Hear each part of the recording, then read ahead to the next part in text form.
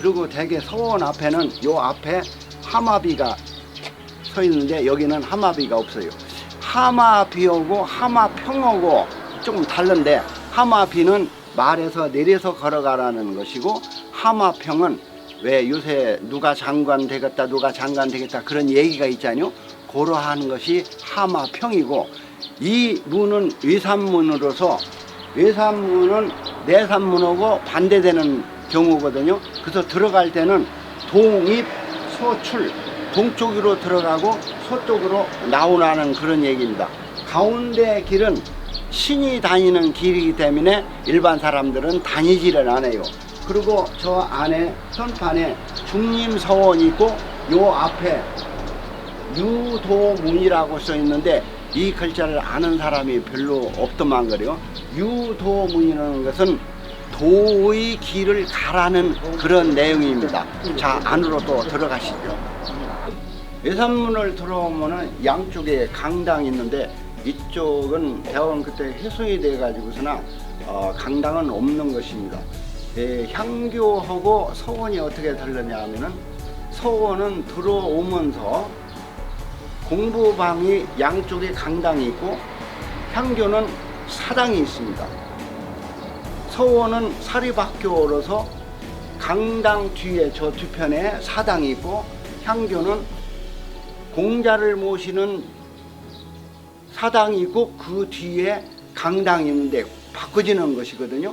그러면은 이 고대에서는 무엇을 하는 것이냐면은 교육을 하고 제사 지내고 지방자치하고 문화발전, 토론, 논술, 글짓기, 전학 후묘라고 해서, 전학 앞에는 학문을 닦는 곳, 뒤에는 사당이 있는 곳, 이러한 것이 서원의 하는 일인데, 지금은 그 기능이 없어져 가지고 제사 지내는 거, 음력으로 3월 15일, 9월 15일 제사만 지내고 다른 일은 하지 않거든요. 이 헌장단이라는 이 글씨는 송시열 글씨로 지금 알고 있습니다. 중림서원은 지방문화재 76호로 지정되어 있어서 지금 외산문을 들어오고 양쪽 동제와 서제 양쪽 강당이라고 생각을 하고 지금 여기로 올라와서 지금 이제 사당위로 올라가는데, 사당 올라갈 때도 그냥 덤성덤성 올라가는 것이 아니라 한 발짝씩 이렇게 뛰어면서 올라갑니다. 외산문을 통과해서 지금 이제 내산문으로 들어가고 있습니다. 다 따라오시죠.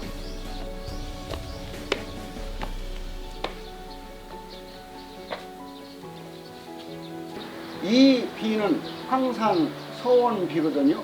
그 다음에 중림서원, 중건비, 그 다음에 저쪽에 보이는 것은 단소비, 그 다음에 이쪽은 준소라고 해서 술 따를 때 술 두름이 준자거든요. 그래서 술 따고 이렇게 한 바퀴 돌린다는 그런 의미를 가지고 있습니다. 여기에는 이이, 성원, 김장생 첫 번에 세 분을 모셨다가 나중에 조광조, 이황, 송시열 세 분까지 합해서 6분을 모셨는데, 이 6분이 전부 문묘에 배양된 분이라고 해서 이 서원을 육현서원이라고도 그렇게 얘기합니다. 지금은 6분을 나이 순서대로 이렇게 차례대로 이렇게 모셔져 있습니다. 여기는 정암 조광조 선생님부터 쭉 이렇게 6분을 이렇게 모셨는데, 이러한 것을 교상이라고 그래요. 그리고 이러한 것을 신좌교의라고 하거든요. 신이 앉는 의자라고 하거든요. 그래서 이 교상도 이거보다도 좀 더 높아요. 그리고 여기 제물도 이렇게 높게 진설을 하는데, 그 의미는 이 양반들을 좀 높이 받드는 그런 형식에서 높게 이렇게 진설을 하거든요. 그리고 여기에는 향로가 없는데 다른 데 가보면 향로가 있어요. 그 향로에 이러한 것도 있어요. 난초가 그려져 있고 박쥐가 그려져 있고 사슴이 그려져 있거든요. 그리고 그러한 것을 향을 피웠을 때 향이 모락모락 올라가서 그런 것을 응전이라고 하는데, 향이 모락모락 올라가서 그것을 타고서나 신이 내려와서 진설을 하신 것을 잡수고 가신다, 그런 의미. 또 하나는 난향이라고 해서 난초의 향기와 사슴의 향기가 천지를 진동시켜서 어른들이 내려오시게 하는 그런 의미의 향로가 있는데, 여기는 지금 향로가 없거든요. 다른 데에 가셔서도 좀 유심히 살펴보시기 바랍니다.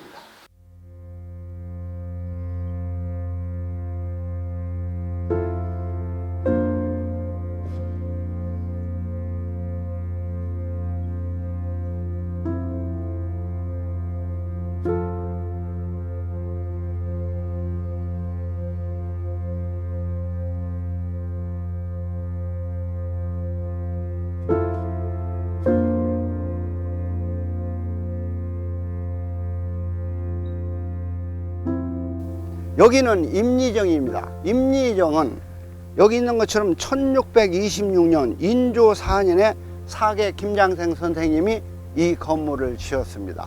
여기는 뭐 하는 곳이냐 하면은 강학하는 곳인데 여름용이거든요. 그래서 부엌이 없고 그냥 함실 아궁이만 있고 온돌방 하나에 노마루와 마루를 구성되어 있거든요. 이 비각은 김상현의 글씨가 써 있는데, 이 내용은 뭐냐면은 전전긍긍 여인 박빙 이런 내용이거든요. 그런 내용은 뭐냐면은 살얼음판을 걷듯이 몸가짐을 그렇게 단정히 하라는 그런 내용이거든요. 그래서 임미정이라는 그런 명칭도 여기에서 시경에 나오는 여인 박병의 이 글 속에서 따다가 임미정이라는 정자 이름을 명칭을 지은 것입니다. 여기는 조선 유학의 산 김장생 선생님이 강학하던 곳으로서 여기 중림선과 임리정과 팔계정이 같이 어우러져 있는 것입니다. 그래서 이 거리를 문화의 거리라고 해서 여기에서 김장생 선생님의 그 손들하고, 그러니까 여산 현감, 용안 현감, 석성 현감, 은지 현감, 그 다음에 송시열, 송기류, 송기열, 그 다음에 윤순고, 윤순구, 윤순기, 그렇게 11사람이 황산기행이라고 해서 여기서 시도 짓고 유람도 하던 곳이 바로 이 임리정입니다. 이게 임리정인데, 임리정의 현판은 이 안에 있습니다. 이따가 들어가 보시고, 이 건물 구조는 정면 3칸과 측면 2칸으로 되어 있는데, 아궁이가 함실 아궁이라고 해서 온돌방으로서, 그 부엌은 없는 온돌방이에요. 그래서 이 아래는 마루방으로 되어 있고 이쪽에는 온돌로 되어 있는데, 이러한 것을 누마루라고 그렇게 얘기하거든요. 누마루는 학생들은 요 낮은 데에 조금 앉고 선생님은 좀 높은 데에 앉아서 강학을 하던 곳입니다. 김장생 선생님이 여기서 강학을 하던 것인데, 이러한 것을 누마루라고 하고, 높은 곳을 누마루라고 하고, 여기 조금 이렇게 올라가 있는 것을 머름이라고 해요.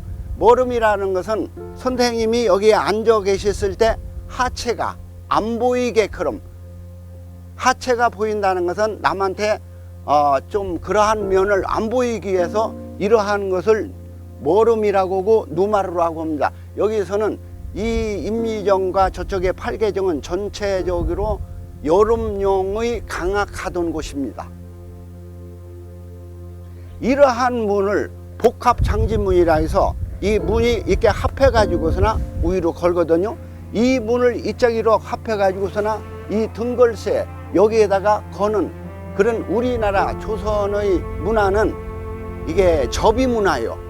문도 접고 상도 접고 색상도 접고 병풍도 접고 부채도 접는 그 접이 문화에서 이 문이 복합장지문으로 여름용에서 여기다 걸고 아주 시원하게 강학하던 곳이 바로 이 장소입니다.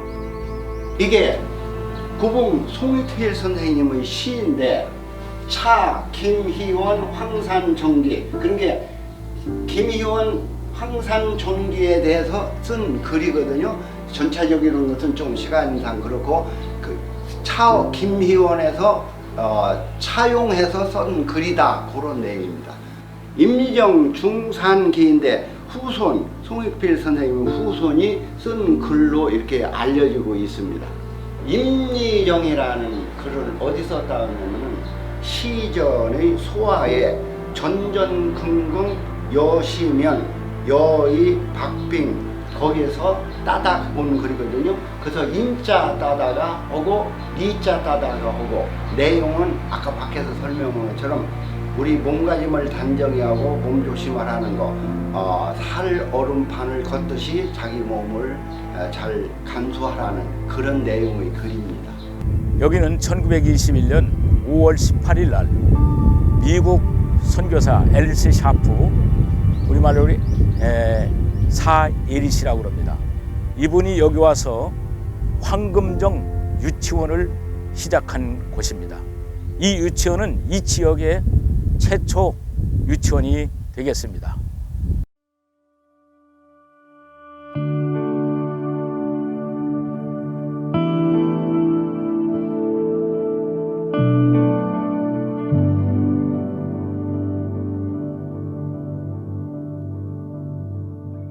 팔계정은 유형문화재 76호입니다. 여기는 아까 임미정호고 건물 형태가 똑같아요. 정면 3칸, 측면 2칸. 송시열 선생님이 스승을 기리면서 스승이 강학하던 임미정호고 똑같은 모양으로 바로 인근에 정자를 져가지고 송시열 선생님이 여기서 강학하던 곳입니다. 팔계정은 중국의 팔계벽이라는 그 지명을 따가지고 했다는 얘기도 있고, 주역 64개 중에서 8개를 땄다고 하는 얘기도 있고, 여러 가지 설이 있는데 하여튼 그 이름은 팔계정이고, 춘추 전국시대 순자 말에 만절필동이라는 얘기가 있습니다. 그것도 중국에서 따온 거고, 송시열 선생님이 호가 우암인데 그 호를 어디서 따왔냐면은 주자의 호가 회암이거든요. 그 암자에서 따오고, 고향이 우계인데 그 우자에서 따가서 우암이라는 송시열 선생님이 호를 지은 내역이 거기에 주자에서 나왔다는 것을 말씀드립니다. 청초안과 뭉계벽이 있는데 이것은 어디서 따왔느냐면은 남북조 시대의 사용운의 시 시당 생춘초 원료 명금에서 따온 것인데, 이 두 글씨 말고 삼계려, 평주도, 일감당, 도영암 이러한 글자가 있었다는데, 이쪽 넘어가 돌을 떠다가 강호안을 싸고 건축하는데 주춧돌로 썼기 때문에 그 훼손돼서 아마 그쪽으로 없어졌을 것으로 생각합니다. 이 청초안과 몽계벽을 보면은 그 뜻을 보면은 청초안은 아주 작은 풀이 나중에 수풀이 우거진다는 그런 내용이고, 몽계벽도 아래에서 깨어난, 그게 목매한 백성이라고 그러잖아요. 그러한 아래에서 깨어난 병아리가 나중에 큰 닭이 된다는 그런 포부, 그러니까 송시열 선생님의 포부를 이 글씨에 담아 있는 것으로 생각이 됩니다. 또한 이 청초안 또는 청초암이라는 글자도 안중근 선생님도 이 글씨를 좋아하셔서 써가지고 지금 진해 해군박물관에 지금 이 글씨도 보관되어 있거든요. 또한 송시열 선생님의 인간적인 면을 보면은, 송시열 선생님이 편찬하셨을 때 정적인 허적한테 처방전을 해달라고 했어요.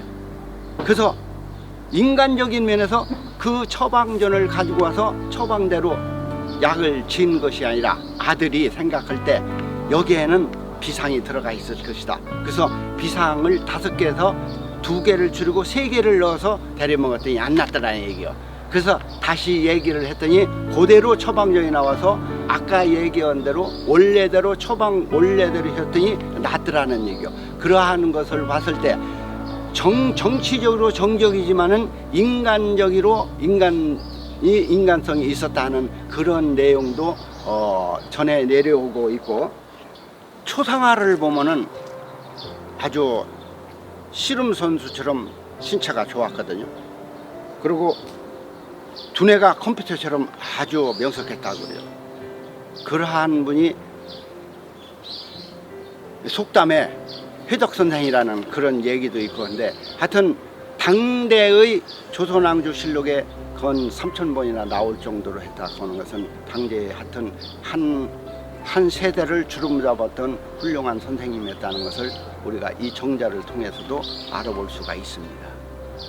아까 우리가 임리정과 여기 팔계정이 왔는데, 이 임리정과 팔계정에서 이중환 선생님이 택리지를 여기서 3년간 집필했다고는 아주 정치도도 좋고 학문하기도 좋고 강학하기도 좋은 장소가 임리정과 그에 따른 팔계정이 되겠습니다. 이 글은 남욱 선생 글인데 내용은 이런 것입니다. 찾아뵙고 거울로 삼고 싶다 하는 그런 내용의 글이고, 저쪽 편에 있는 글은 중수비, 팔계정의 중수비가 되겠습니다. 1913년도 미국 선교사 사이리 씨가 여기 와서 이 지역의 최초 여성 교육기관인 만동 여학교를 세웠습니다. 이것은 참으로 획기적이고 놀라운 일이죠. 기독교 선교사가 이렇게 기호 유학의 중심지가 되는 곳에 와서 학교를 세웠는데, 또 이것도 지역과 바로 기호 유학의 핵심적인 사람들이 이걸 허용했다는 건 놀라운 일입니다.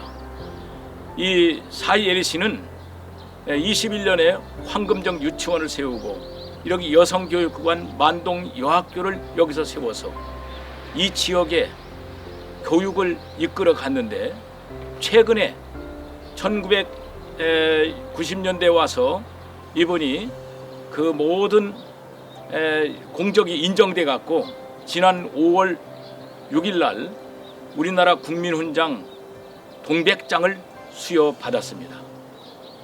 이런 곳입니다.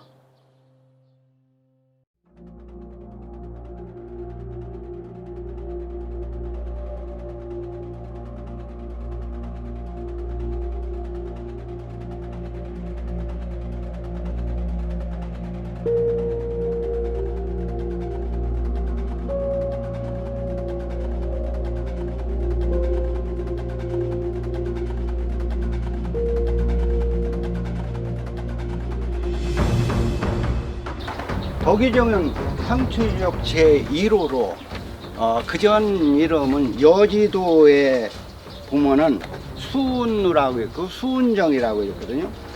연역은 1793년이라는 얘기가 있는데 이게 기록상으로 나타나지 않고, 원래는 순조 28년 1828년의 사계에 나타났거든요. 그게 1846년과 1986년까지 그 사계 제12권까지 기록이 이렇게 남아 있습니다. 지역 내 은진 사람들이 여기 가서 활쏘기를 했는데, 후에는 공주, 부여, 여산, 임천 등의 멀리서 사람들이 여기 와서 궁솔대회를 하고 그랬습니다. 운영은 어떻게 했느냐면은 덕의정 계를 조직해 가지고서나 그 자금을 충당했습니다.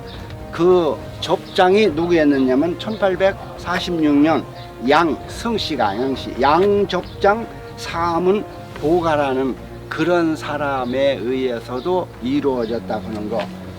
이 덕의정 이것을 다시 해서 궁도라고 하잖아요. 궁도는 도를 얘기하거든요. 그래서 여기서 얘기할 때는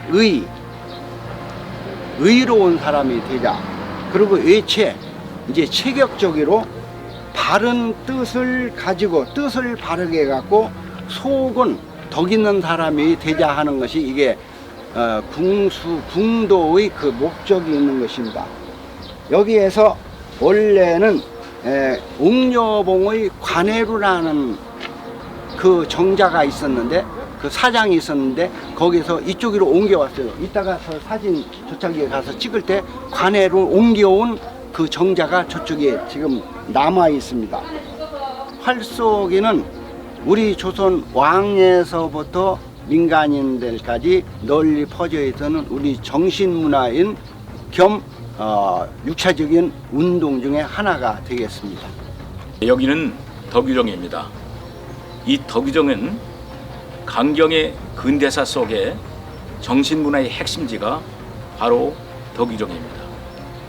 여기서 덕유정 개원들이나 청년의 모임이라든지 부녀 모임이라든지 이런 모임들이 있을 때마다 일제강점기에 일본은 여기를 감찰하고 긴장했던 것을 기록 속에 찾아볼 수가 있습니다.